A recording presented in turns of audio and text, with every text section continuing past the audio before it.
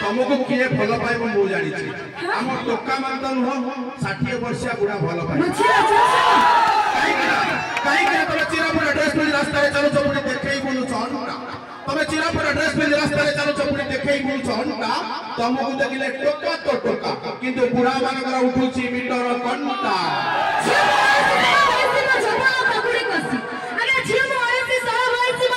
तम गाना जति के टोका तो टोका बुढ़ा भी देखिले जे पूरा पूरी फसी सेटा कथा रे तुम जीन पिंधि तो टाइट लागु तो पूरा फिट तुम जीन पिंधि तो टाइट लागु तो पूरा फिट किंतु देखिले टोका तो टोका किंतु बुढ़ा मानकर हबो 90 डिग्री हिट मु जाई कि तम प्रॉब्लम जमा भी काम को नहीं केले तम होई प्रॉब्लम नहीं आमे छिबिला माने सब बेले व्यस्त हो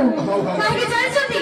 काहे ना तम होई प्रॉब्लम माने पई आमे कोठी के भी ठीक रे जाई पाइना केमिति जानि छथि स्कूल कॉलेज जाई कॉलेज टू पास जाई तम पुओ माने आम छियो माने को पछाई जा पड़ी स्कूल कॉलेज जाई कॉलेज टू पास जाई तम छियो माने पुओ माने आम छियो माने को पछाई जा पड़ी किंतु आमे नहीं संस्कृति को चापुड़ी धरी पिंपे बोलुच साड़ी